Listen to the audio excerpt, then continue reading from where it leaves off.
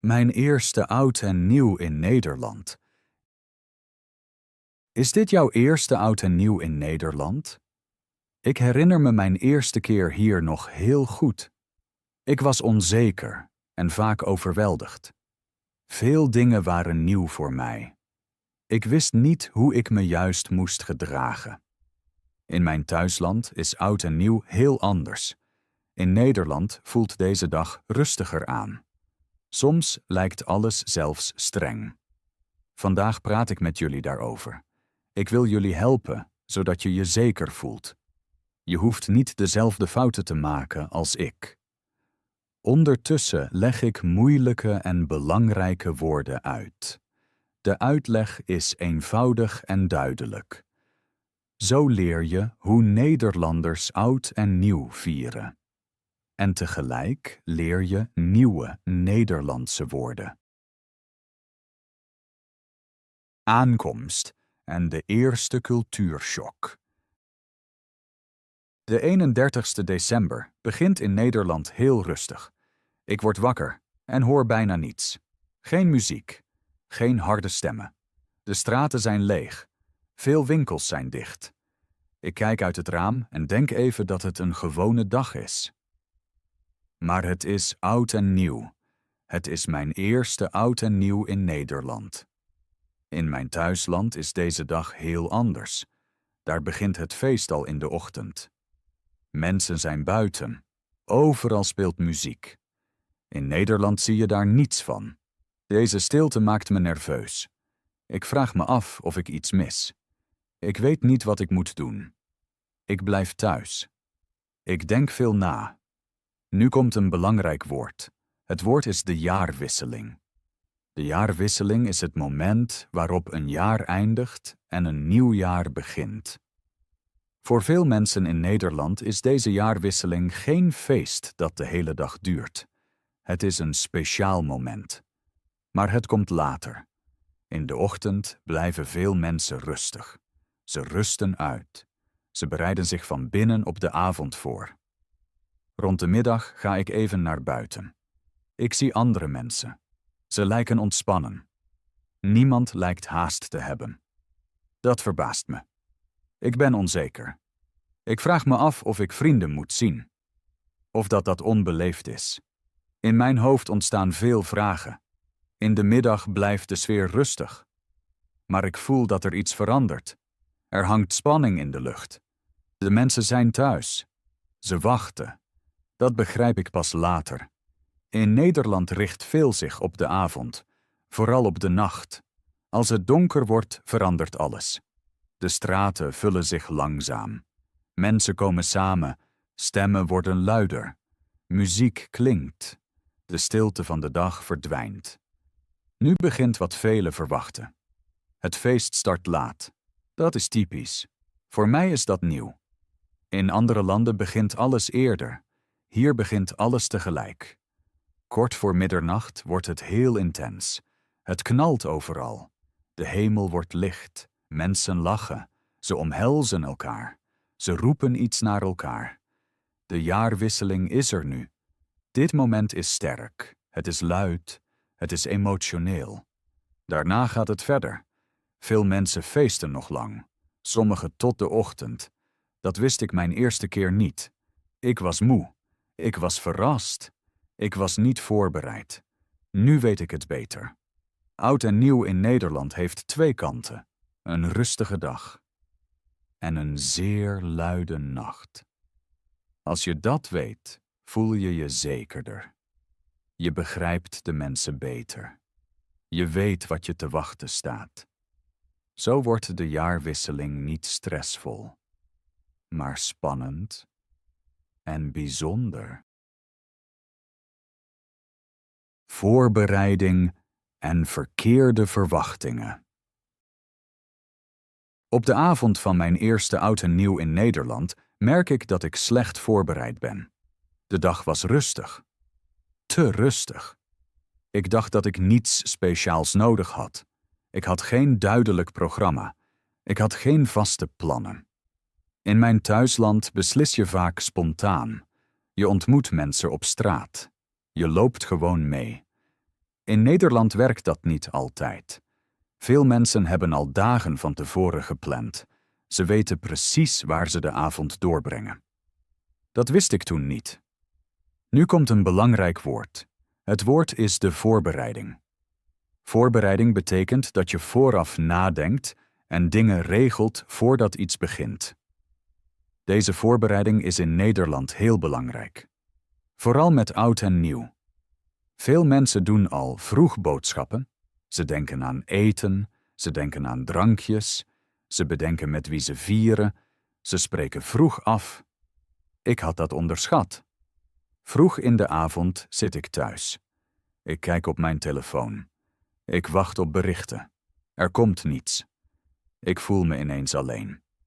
Dat was geen fijn gevoel. Ik denk dat ik iets verkeerd deed. In werkelijkheid was ik gewoon niet voorbereid. Veel Nederlanders vieren niet spontaan. Ze nodigen uit. Of ze worden uitgenodigd. Zonder uitnodiging blijf je vaak thuis. Dat is niet onbeleefd bedoeld. Het is gewoon zo. Dat wist ik toen niet. Ik ga toch naar buiten. Ik denk dat ik wel ergens aansluiting vind. De straten zijn vol mensen. Maar iedereen lijkt een doel te hebben. Groepen lopen samen. Vrienden lachen. Niemand wacht. Ik merk dat voorbereiding hier zekerheid geeft. Wie voorbereid is, voelt zich relaxter. Wie voorbereid is, weet waar hij hoort. Dat gevoel had ik niet. Ik was onzeker. Ik wist niet of ik zou storen. In mijn thuisland is dat anders. Daar is oud en nieuw open. Je raakt snel in gesprek. In Nederland heb je vaak een vaste kring nodig. Dat is geen kilte. Dat is structuur. Veel buitenlanders begrijpen dat pas later. Voorbereiding betekent hier ook je mentaal instellen. Veel mensen willen geen stress. Ze willen een duidelijk verloop. Eerst afspreken, dan vieren, dan middernacht, dan verder feesten. Deze orde geeft rust. Ik voelde die rust toen niet. Ik was nerveus. Nu doe ik het anders. Nu plan ik oud en nieuw. Ik vraag vroeg naar plannen. Ik zeg toe of af. Ik koop op tijd in. Ik weet waar ik zal zijn. Dat haalt druk weg. Het voelt goed. Voorbereiding is geen dwang. Voorbereiding is een hulpmiddel. Als je dat weet, vermijd je frustratie. Je voelt je niet buitengesloten. Je begrijpt waarom mensen niet spontaan appen. Je weet dat het niets persoonlijks is. Oud en nieuw in Nederland werkt beter met voorbereiding.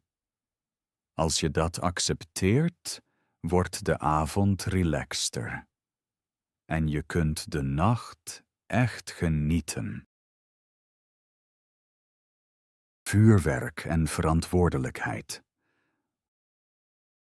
Als het later op de avond is, merk ik dat de sfeer erg verandert. De straten zijn nu vol. Overal zijn mensen.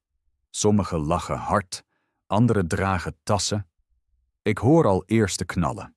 Het ruikt naar rook. Voor mij is dat nieuw. In mijn thuisland organiseert de stad vaak een groot vuurwerk. In Nederland doen veel mensen het zelf. Nu komt een belangrijk woord. Het woord is de verantwoordelijkheid. Verantwoordelijkheid betekent dat je nadenkt over je gedrag en de veiligheid van anderen. Deze verantwoordelijkheid speelt met oud en nieuw een grote rol. Veel mensen hebben vuurwerk bij zich. Ze denken dat ze weten wat ze doen. Of ze hopen het tenminste. Ik sta aan de kant van de straat. Ik kijk naar alles. Sommigen steken raketten heel voorzichtig aan, anderen lijken ongeduldig. Ik zie dat er duidelijke regels zijn, maar niet iedereen volgt ze. Dat maakt me bang. Ik ben onzeker. Ik weet niet waar ik moet staan. Ik vraag me af of het gevaarlijk is. Veel buitenlanders voelen zich op dit punt ongemakkelijk. Men is het harde geluid niet gewend. Men kent de stappen niet. In Nederland verwacht men dat iedereen verantwoordelijkheid neemt. Je let op jezelf. En op anderen. Niemand legt het je luid uit. Het wordt gewoon verwacht. Ik leer dat op de harde manier. Een raket vliegt heel dicht langs mij. Ik schrik. Mijn hart klopt snel. Ik loop verder. Ik zoek een veilige plek. Nu weet ik dat dit normaal is. Je moet zelf kiezen waar je staat. Je moet zelf afstand houden. Verantwoordelijkheid betekent hier ook grenzen zien. Je hoeft niet alles mee te doen. Je hoeft niet overal te staan. Veel Nederlanders zijn deze avond heel vrij. Maar toch letten ze op sommige dingen. Ze weten wanneer ze moeten oppassen. Voor mij was dat vreemd. In andere landen regelt de stad vaak alles. Hier is iedereen deel van wat gebeurt. Iedereen draagt verantwoordelijkheid. Dat kan chaotisch voelen. Maar het hoort bij de cultuur. Na middernacht wordt het nog harder. De hemel staat vol licht. De straten staan vol mensen. Toch is er een soort orde. Men let op elkaar. Men helpt als er iets gebeurt. Ik zie mensen die anderen waarschuwen. Ik zie hoe iemand een vriend terugtrekt. Deze kleine momenten laten mij iets belangrijks zien. Vrijheid en verantwoordelijkheid horen hier samen. Nu weet ik hoe ik mij gedraag. Ik blijf alert. Ik blijf rustig. Ik houd afstand. Ik geniet van het vuurwerk. Maar ik verlies mij er niet in. Als je dit begrijpt, voel je je zekerder. Je weet dat je niet alles hoeft mee te doen. Je mag kijken. Je mag jezelf beschermen. Verantwoordelijkheid is geen angst. Verantwoordelijkheid is bewustzijn. En dat maakt oud en nieuw in Nederland intenser, maar ook beter te sturen. Middernacht en het belangrijkste moment. Vlak voor 12 verandert de sfeer opnieuw. De mensen kijken vaker op hun mobiel. Sommigen tellen de minuten, anderen staan stil. Ik merk dat er nu iets belangrijks gebeurt. Iedereen wacht op hetzelfde moment. In Nederland heeft middernacht met oud en nieuw een speciale betekenis. Het is niet gewoon 12 uur. Het is de overgang naar een nieuw jaar. De geluiden worden harder. De spanning stijgt. Ik sta met andere mensen bij elkaar. Sommige ken ik goed, andere bijna niet. Toch voelen we ons verbonden. Nu komt een belangrijk woord. Het woord is proosten.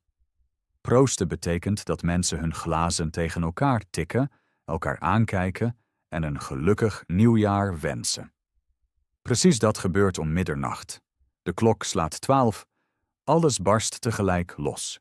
Vuurwerk, lawaai, licht, stemmen. Mensen roepen, mensen lachen. Mensen omhelzen elkaar. Ik houd een glas in mijn hand. Ik proost. Ook met mensen die ik bijna niet ken. Dat is normaal. In dit moment is iedereen gelijk. Dat vind ik mooi. In mijn thuisland is middernacht ook belangrijk. Maar daar blijft het vaak emotioneler. In Nederland lijkt alles kort maar intens. Het moment is krachtig. Maar het duurt niet lang. Na het proosten gaan veel gesprekken snel verder. Sommigen gaan naar buiten. Anderen blijven binnen. Ik was verrast. Ik dacht dat dit moment langer zou duren. Maar in Nederland is het helder en direct. Een korte piek. Daarna gaat het leven verder. Veel mensen drinken door, ze lachen, ze praten, maar zonder groot drama. Voor mij was dat vreemd. Ik had meer pathos verwacht, meer grote woorden. In plaats daarvan hoor ik simpele zinnen. Gelukkig nieuwjaar, het beste, gezondheid. Dat is genoeg. Vandaag begrijp ik dat beter. Het moment telt, niet de woorden. Het proosten verbindt, ook zonder lange toespraken. Ik bekijk de mensen. Velen lijken tevreden. Ze hebben geen groot optreden nodig. De jaarwisseling is gebeurd, dat is genoeg. Daarna gaat de nacht verder. Sommigen dansen, sommigen zitten samen, anderen gaan nog wandelen. De straten zijn vol, overal wordt verder gefeest. Tot laat in de nacht. Maar het belangrijkste moment is voorbij. Ik herinner me dat ik toen nog veel energie had. Ik wilde meer emotie. meer betekenis. Nu zie ik het anders. De betekenis ligt in het gedeelde moment, in het proosten, in het korte oogcontact, in het gevoel niet alleen te zijn. Als je dat weet, begrijp je oud en nieuw in Nederland beter. Je verwacht geen lang hoogtepunt. Je geniet van dat ene moment. En dan laat je het los. Dat maakt de avond relaxter. Je bent er deel van, zonder druk, zonder grote verwachtingen. Zo wordt middernacht wat zij hier is, kort, krachtig en verbindend.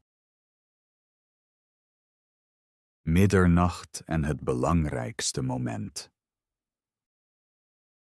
Na middernacht wordt de sfeer rustiger, maar niet meteen. Veel mensen blijven samen, ze gaan zitten, ze praten.